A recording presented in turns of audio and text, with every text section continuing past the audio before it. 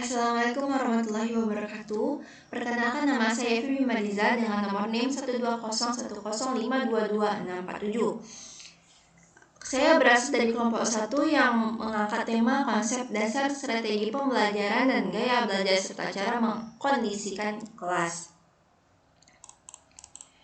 Baiklah, saya akan menjelaskan tentang konsep dasar strategi pembelajaran. Nah, apa itu strategi pembelajaran? Strategi pembelajaran adalah sebuah cara atau metode yang bisa diterapkan selama belajar mengajar dalam kelas. Strategi ini umumnya digunakan untuk mengefektifkan waktu, membantu siswa supaya aktif dan meningkatkan semangat belajar.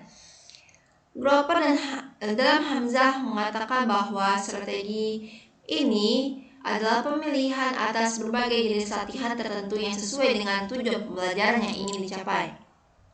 Selanjutnya ada konsep dasar strategi pembelajaran. Menurut Newman dan Morgan, sebagaimana dikutip oleh Syaiful Sagalah, konsep dasar strategi belajar mengajar meliputi 4 hal. Yang pertama, meningkatkan atau menetapkan spesifikasi dan kualifikasi perubahan perilaku belajar. Yang kedua, menentukan pilihan berkenaan dengan pendekatan terhadap masalah belajar dan mengajar. Yang ketiga, memilih prosedur dan teknik belajar mengajar.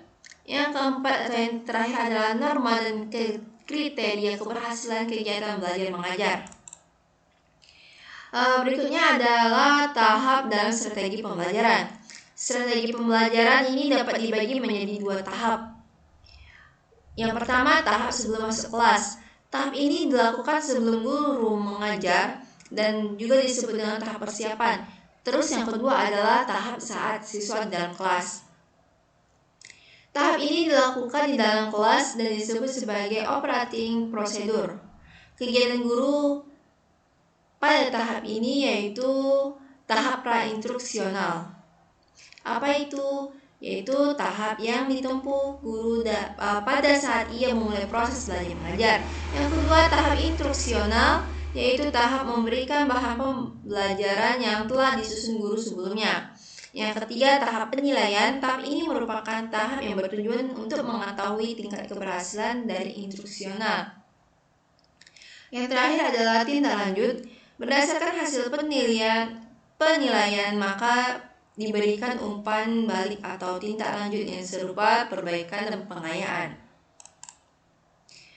Berikutnya adalah unsur strategi pembelajaran. Menurut Slameto, strategi pembelajaran mencakup 8 unsur perencanaan. Tentang yang pertama, komponen sistem yang mencakup guru, dosen, siswa, mahasiswa, baik di dalam ikatan kelas, kelompok maupun per orang yang akan terlibat dalam kegiatan belajar dan mengajar yang telah disiapkan.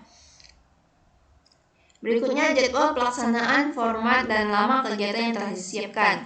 Yang ketiga, tugas-tugas belajar yang akan dipelajari dan yang akan diidentifikasikan. Yang kelima, yang keempat adalah materi atau bahan belajar, alat pelajaran, dan alat bantu mengajar yang disiapkan dan diatur. Yang kelima, masukan dan karakteristik siswa yang telah diidentifikasikan. Yang keenam, bahan pengajar yang telah direncanakan. Yang ketujuh, metode dan teknik penyajian telah pilih, misalnya ceramah, diskusi, dan lain sebagainya. Strategi pembelajaran berkaitan dengan tindakan strategi guru di dalam. Yang pertama, memilih dan mengoperasionalkan tujuan pembelajaran, lalu memilih dan menetapkan setting belajar, lalu pengelolaan bahan ajar, pengalokasian waktu, pengaturan bentuk aktivitas pembelajaran, metode teknik dan prosedur pembelajaran, pemanfaatan penggunaan media pembelajaran, penerapan prinsip-prinsip pembelajaran, perencanaan pendekatan pola aktivitas pembelajaran, pengembangan iklan pembelajaran, dan terakhir adalah pemilihan pengembangan dan pelaksanaan evaluasi. Bertolak dari jabaran tentang strategi guru tersebut, kiranya dapat dimengerti bahwa secara makro strategi pembelajaran berhubungan dengan pembinaan dan pengembangan program pembelajaran. Oleh karena itu, strategi pembelajaran mengaktualkan pada strategi perencanaan, pelaksanaan, dan strategi penilaian pembelajaran. Sedangkan tindakan guru yang bersifat mikro berkaitan langsung dengan tindakan-tindakan operasional interaktif guru di kelas.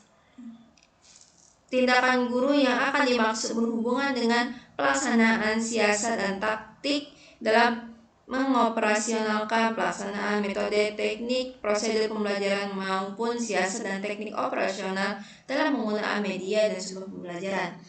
Baiklah, sekian dari saya. Wabillahi taufiq wal hidayah. Wassalamualaikum warahmatullahi wabarakatuh.